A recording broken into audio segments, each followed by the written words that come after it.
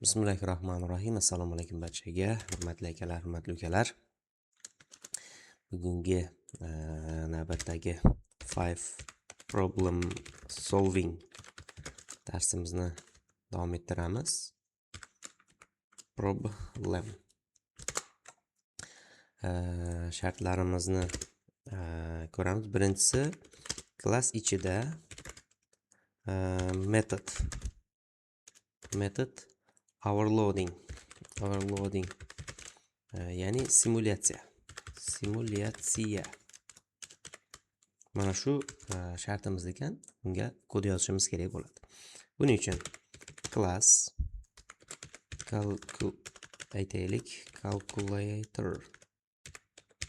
calculator deb yozdim. 2 nuqta pastga va funksiya yozishimiz kerak. Def add qavs ochamizda self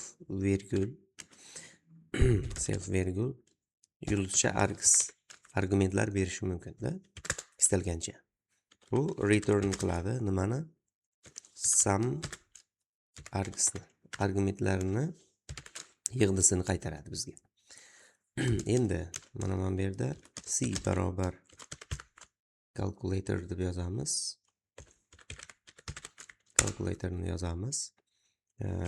Print qavs ochamizda c.add qavs ochamiz 2,3 misol uchun. Teoriyani berilsin. Keyin yana print deymizda c.add qavs ochib aytaylik 1, 2, 3, 4 va 5 raqamlari. Kodimizni run qilamiz. Mana bu yerda Ctrl C qilib bitta saqlanib qolgandan keyin mana bu yerda interrupt bosaylik.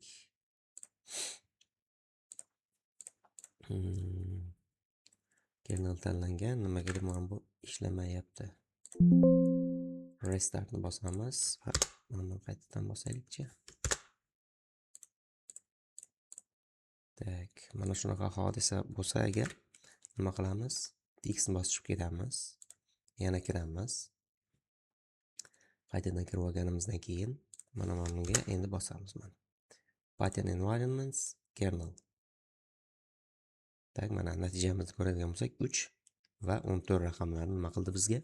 Chiqarib ko'rsatib berdi. Natijamiz chiqdi.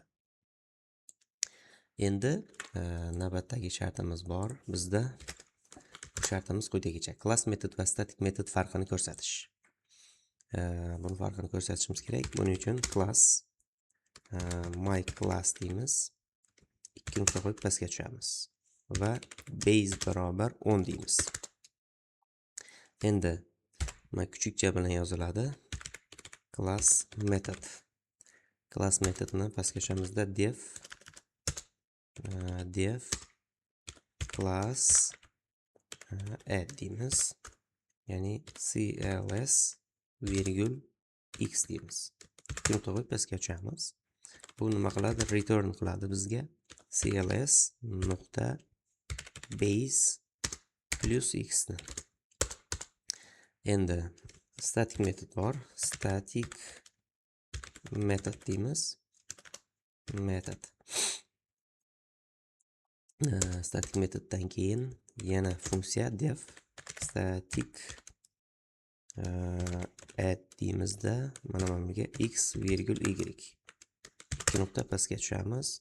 Bu nima qiladi? Return x plus y ni bizga nima qilib beradi? Chiqarib beradi. Endi ishlatib ko'ramiz. Print qavs ochamiz my klassimiz mana bu nuqta cls add ni chiqaramizda mana bu yerga 5 beramiz. Xuddi shuni kopiya qilib olamizda. Endi mana bu yerga my classdan keyin static add ni bosamiz mana static add. Va mana bunga 3 va 7 raqamlarni beraylik. Run qilamiz. 15 va 10 deb turib nima qilib berdi bizga? Ko'paytirib berdi. Demak, static va class metod va static metodlarning farqi mana shundan nima qilishimiz mumkin ekan? Ko'rib olishimiz mumkin bo'lar ekan. Endi keyingi savolimiz bor bizda. Keyingi savolimiz private attributlar va getter setterlarni yozib berishimiz kerak bo'ladi. Class yozamiz. Bank account deymiz. Bank account degandan keyin pastga tushib def init tag self virgül balance. Mana balansni beramizda, pastga tushamiz-da. Self nuqta mana bu yerda balans deymiz. Balance tag mana balans deymiz va barobar balans. Pastga tushamiz. Endi def deposit deymiz. Deposit deganimizdan keyin mana bu yerda self virgül amount bo'lish kerak. 2 nuqta pastga tushamiz. Self nuqta bunga ham balans deymiz. Plus barobar amount. Amountni qo'shamiz. Endi keyingisi def get balance bor. Balans ya'ni hisobni olish kerak bo'ladi. Self 2 nuqta pastga tushamiz-da. Return self nuqta balance. Balansni nima qilib bersin bizga? Ko'rsatib bersin. Endi ishlatib ko'ramiz. Account bank account deymiz. Mana bu yerda aytaylik bank accountda 1000 bor. Endi deposit depozitda nima bor? 500 bor. 500 kiritamiz va print deymizda. Mana bu yerda get balance. Get balansni olishimiz kerak. Mana run qilamiz. Akkauntda 1000 bor edi, depozit ya'ni qo'shildi 500 va 1500 qilib bizga nima qildi? Chiqarib berdi. Demak, private attributlar va getter setter metodi mana shu holatda nima qilar ekan? Ishlar ekan. Tak, savollarimiz 3 ta bo'ldi, yana 2 ta savol yozamiz. Keyingi savolimiz mana property orqali yashirin attribut boshqaruvi. Mana shuni tuzib berishimiz kerak. Class temperature nuqta pastga tushamiz. Def init self virgül Celsius deymiz. Aytaylik. Celsius deb yozamiz inglizchada. Endi self nuqta mana bu yerga chizamizda Celsius deymiz. Yuqoridagi yanimizni. Barobar yana Celsius. Mana bu berib qo'yishimiz kerak. Endi mana bu yerda property deymiz. Def tag fax mana deymizda Fahrenheit ya'ni Fahrenheit degan ma'noda tarjimada Fahrenheit return qilsin bizga nimani? Qavsachamizda self nuqta mana bu Celsiusni ko'paytirilgani 9.5 ga tak Celsiusni ko'paytiramiz 9.5 ga va qo'shamiz 32 ni. Mana shuni qavsdan tashqarida bajaraylik. 32 ni qo'shamiz. Endi bunday ochamizda Fahrenheit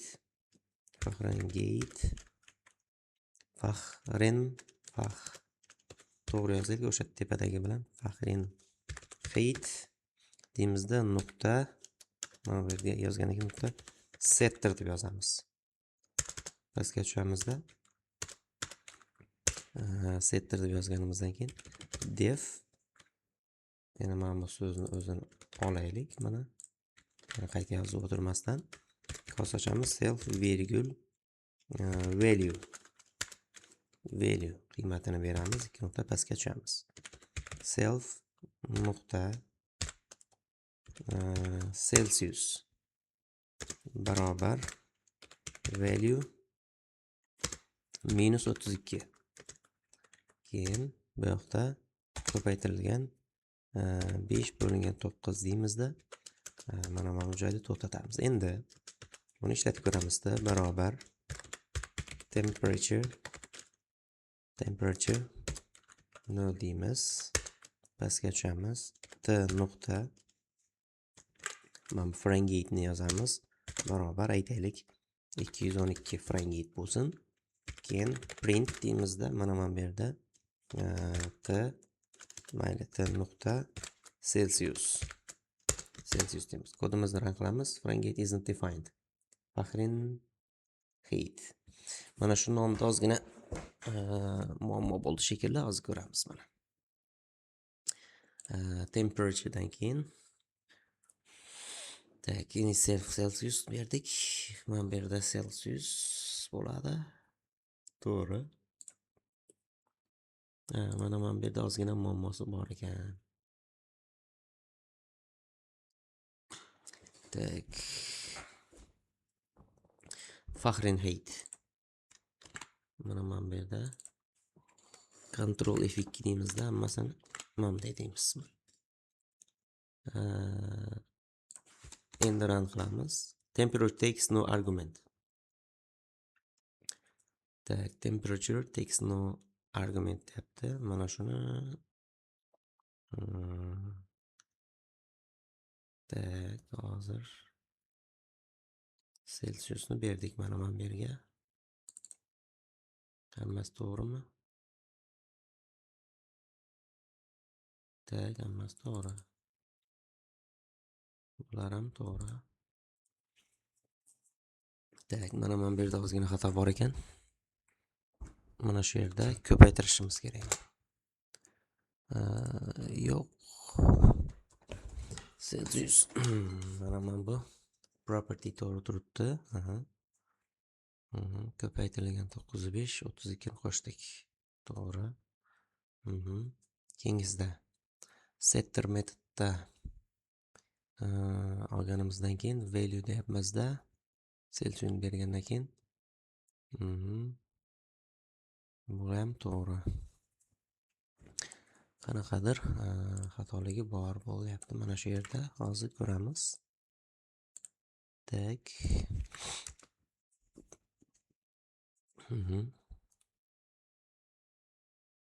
Tak, mana bu yerda mana bu bunday bo'lib qolgan ekan, mana bo'ldi. Endi ishladi. Mana 100 chiqdi. 212 Fahrenheitimiz Celsiusda 100 ga teng bo'lar ekan demak. Ozgina kichik mayda xato bo'lgan ekan. Mayli, buni to'g'rilab qo'ydik.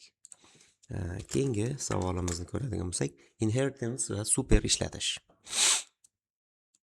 Inheritance va super klassni ishlatib ko'ramiz. Endi osonroq misolda ko'ramiz. Class animal deymiz. Pastga tushamizda def init aytaylik self virgul name deymiz. Nuqta pastga tushamiz. Self nuqta name barobar name. Mana bu yerda barobar name bo'lishi kerak. Entimiz pastga tushamiz. Endi def speak gapirishi nimaniki? Selfniki. Pastga tushamizda print deymizda. Aytaylik mana bu yerda animals sounds deb qo'yamiz. Pastga tushamiz.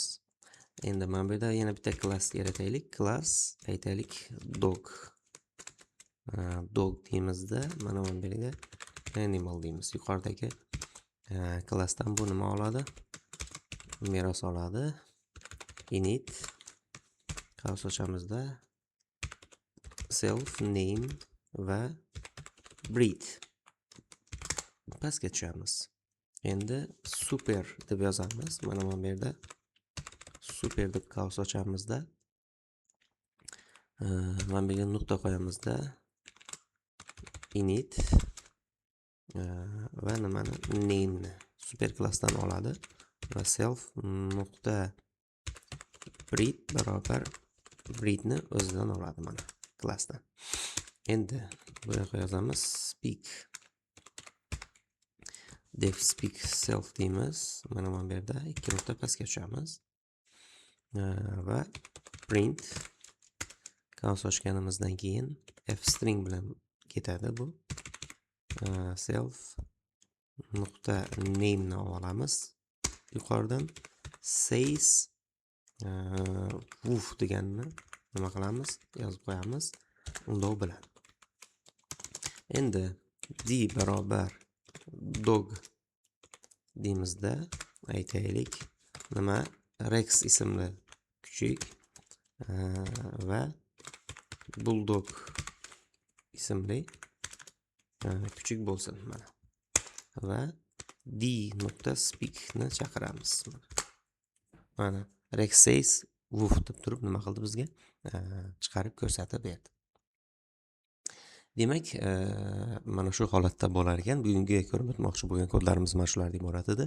Keyingi darsda ko'rishguncha xayr, sog' bo'ling, salomat bo'ling.